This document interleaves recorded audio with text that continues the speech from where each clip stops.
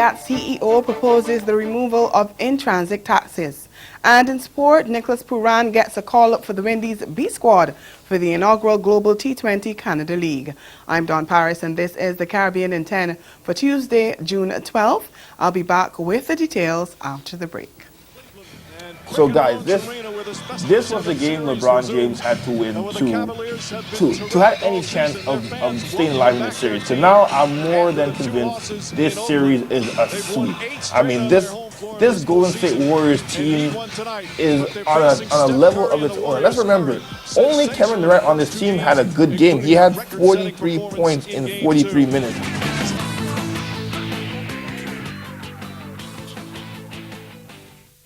Trinidad-born actress Lorraine Toussaint is set to return in an AMC series. Toussaint, 57, returns to Badlands Season 3, which blends an apocalyptic setting with mystical martial arts tropes.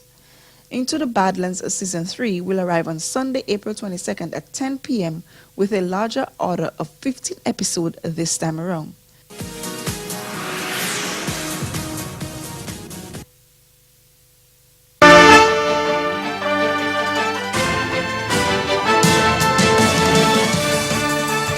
The Chief Executive Officer of regional airline Liat has described regional airports' use of taxes to generate revenue as counterproductive, and she's made a proposal for the removal of in-transit taxes. Julie Reifert-Jones said that while she understands there's a need to sustain the airports, it's an issue which needs to be addressed. She says what the airline has observed is that the airports in the region are generally using travel as a way of generating revenue to sustain the airports, but it's now at a point where it is counterproductive because the proportion of the ticket that relates to taxes is way too high to stimulate travel in the region.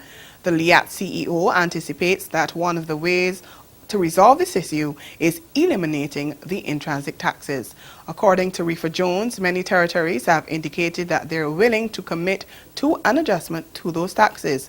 The issue, she says, has come up for discussion in the past, and as it is being more widely discussed now, it's important to get started.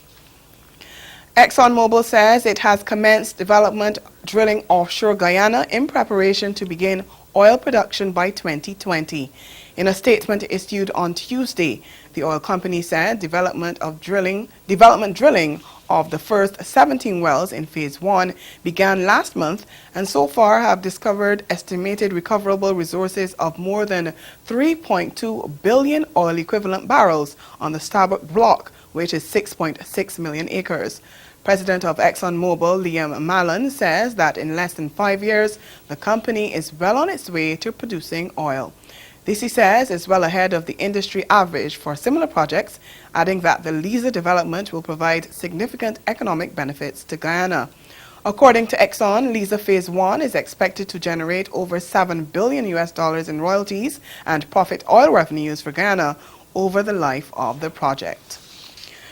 Trinidad and Tobago's joint trade union movement is disputing the government's claim that it has been avoiding mass job layoffs. Speaking ahead of next week's Labor Day celebrations, union leader Ansel Roger said the Prime Minister will face an appraisal on June 19th. We get more in this CNews report. Describing the country as being in a crisis, JTUM leader Ansel Roger says on top of the list of issues that concern the joint trade union movement is the rampant crime.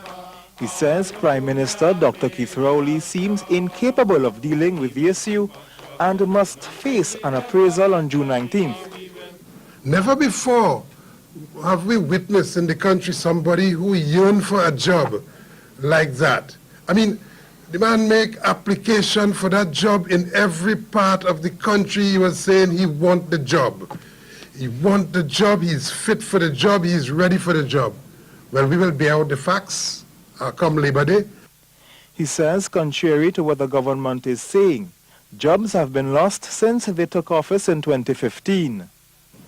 Thousands of workers have lost their jobs.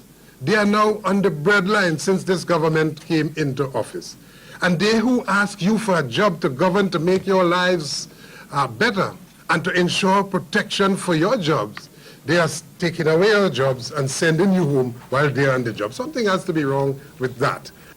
Stay with us. Your Midday Sport is next.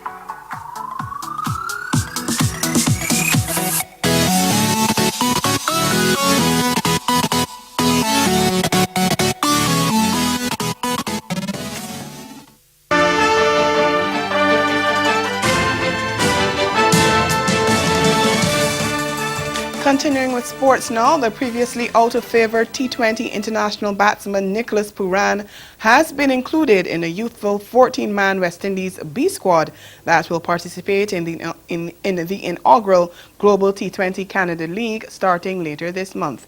The 22-year-old Trinidadian played 3 T20Is against Pakistan 2 years ago, but has not turned out for the regional side since. But he is the only player in the Windies B squad with international experience. Pooran has been joined by West Indies under-19 stars Alec Anthonez and Shamar Springer in a team led by Guyana Jaguars wicketkeeper batsman Anthony Bramble. Chief Selector Courtney Brown said that with the Test and A teams currently on tour, the Global T20 represents an opportunity for the panel to see some of the developing players in the region, and the exposure and added development will assist selectors with identifying players with the potential to develop into international T20 cricketers. West Indies B will be one of 6 teams contesting the Global T20 Canada League, which runs from June 28th to July 15th at the Maple Leaf Cricket Club in Toronto. West Indies international stars like Chris Gayle, Kieron Pollard and Andre Russell are all down to turn out in the competition. Trinidad and Tobago powerlifter and world record holder Rondell Hunt broke another 2 world records as he dominated the stage and executed a world champion performance at the 2018 IPF Raw Unequipped World Powerlifting Championships in Calgary, Canada. Posting lifts of 213.5 kilograms and 883.5 kilograms, Hunt broke both the bench press and total world records respectively in the men's junior 105 kg weight class. That continued his record-breaking performance from last year's North American Powerlifting Championships. Competing against fellow powerlifters from USA, Canada, Algeria, and Finland, to name a few, Hunt also created history for TNT when he lifted his way to earn 4 gold medals for the Twin Island Republic. He won the best squat, bench press, deadlift, and total. He also broke several national powerlifting records in the process. The president of the Barbados Football Association, Randy Harris, is the new vice president of CONCACAF, as well as the head of the Caribbean Football Union, the CFU. Harris was the only nominee for the position of CONCACAF VP at the 33rd CONCACAF Ordinary Congress underway in Russia, but he had to go up against USVI Soccer Federation's Hilarion Frederick for the CFU presidency. Harris easily defeated Frederick 27-3 and will serve in the position for the next 4 years. And that's Caribbean in 10. Join us again at 6:30 this evening for Caribbean Newsline. Good afternoon.